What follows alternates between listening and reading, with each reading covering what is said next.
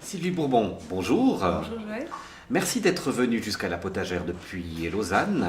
Merci à vous pour votre invitation. C'est un exploit pour vous, on peut le dire, parce que on s'est amusé de ça il y a quelques secondes. Sur votre biographie, il est indiqué que vous êtes parfois le poil à gratter dans le dos des adultes qui se prennent trop au sérieux. Et là, c'est votre dos qui est bloqué. Oui, là c'est un exploit. J'ai déjà eu de la peine à m'habiller et à venir et à m'asseoir. C'est Raphaël Noir qui a écrit cette petite biographie. C'est un très beau texte, il vous a bien cerné. Et il m'a beaucoup plu ce texte parce qu'il parle de la brume et des bouquetins et de mon lien avec la montagne.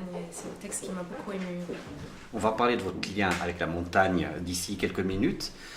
Mais d'abord, on va aller du côté de la Grande Pomme, du côté de New York. Oui. J'ai évidemment arpenté votre profil Facebook et il y a une date, c'est le 18 octobre 2015. Oui. Même pas un mois, et vous rentrez en studio à New York. Oui. Qu'est-ce qu'on ressent? On ressent le plaisir de retrouver ses amis parce que pour moi, New York, c'est pas que je vais enregistrer là-bas parce que c'est New York, c'est parce que c'est là que se trouvent mes amis et mes musiciens. Donc, on a réservé 2 jours et demi à New York pour faire un album. 2 jours et demi. Oui. C'est un truc de fou. C'est un peu court pour 12 chansons, oui. 12 chansons, 2 jours et demi, ce qui fait en gros 6, un peu moins de 6. Ça fait plutôt un peu moins de 2 jours parce que plus d'une demi-journée on a besoin pour installer le matériel en fait. Faire fonctionner les micros, mettre les musiciens dans chaque cube de la pièce parce qu'on a choisi un tout petit studio cette fois-ci. Pourquoi? Parce que c'est là que se trouve l'ingénieur avec lequel on voulait travailler. C'était même pas une question d'ambiance, non. non? L'ambiance y est merveilleuse, de toute façon, oui. Mais comme on est moins de musiciens cette fois-ci, j'ai choisi un trio pour m'accompagner. Donc on n'avait pas besoin d'un tout grand studio. On pouvait faire avec un studio. Donc en fait, c'est un studio qui a une pièce. Et puis on a fabriqué des mini-pièces dans cette pièce pour qu'on soit plus ou moins isolé. Mais comme on enregistrait en live, on n'a pas non plus besoin d'être tant que ça isolé. Parce qu'on joue en même temps, mais c'est vrai que si on écoute bien dans le micro de la guitare, on entendra... Non, il n'y a pas de guitare. Si on écoute bien dans le micro de la contrebasse, c'est ça que je voulais dire, on entend le piano et on entend les percussions. Mais ça fait un côté... Vous détestez la perfection. Ça, je m'en suis rendu compte lors d'une précédente interview et d'autres choses que j'ai lues de vous. Quand c'est trop carré, trop parfait, trop lisse, trop polissé, c'est pas votre monde. C'est pas mon monde. Par contre, cela dit, c'est très vulnérable de ne pas être dans un...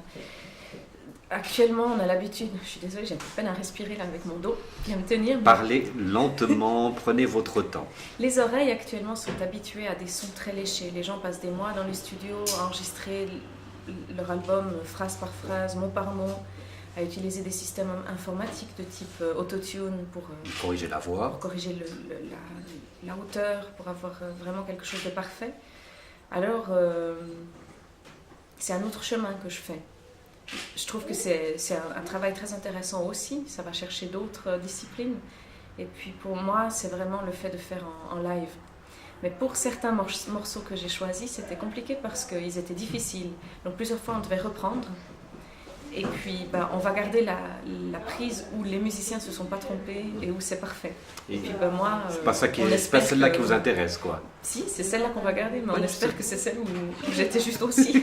Oui, il doit y avoir des coïncidences, des intersections quand même. Ouais. C'est plus vulnérable, donc pour moi, de le présenter au public, mais c'est que comme ça que je peux concevoir les choses, en espérant que cette musique-là respire et a de l'émotion.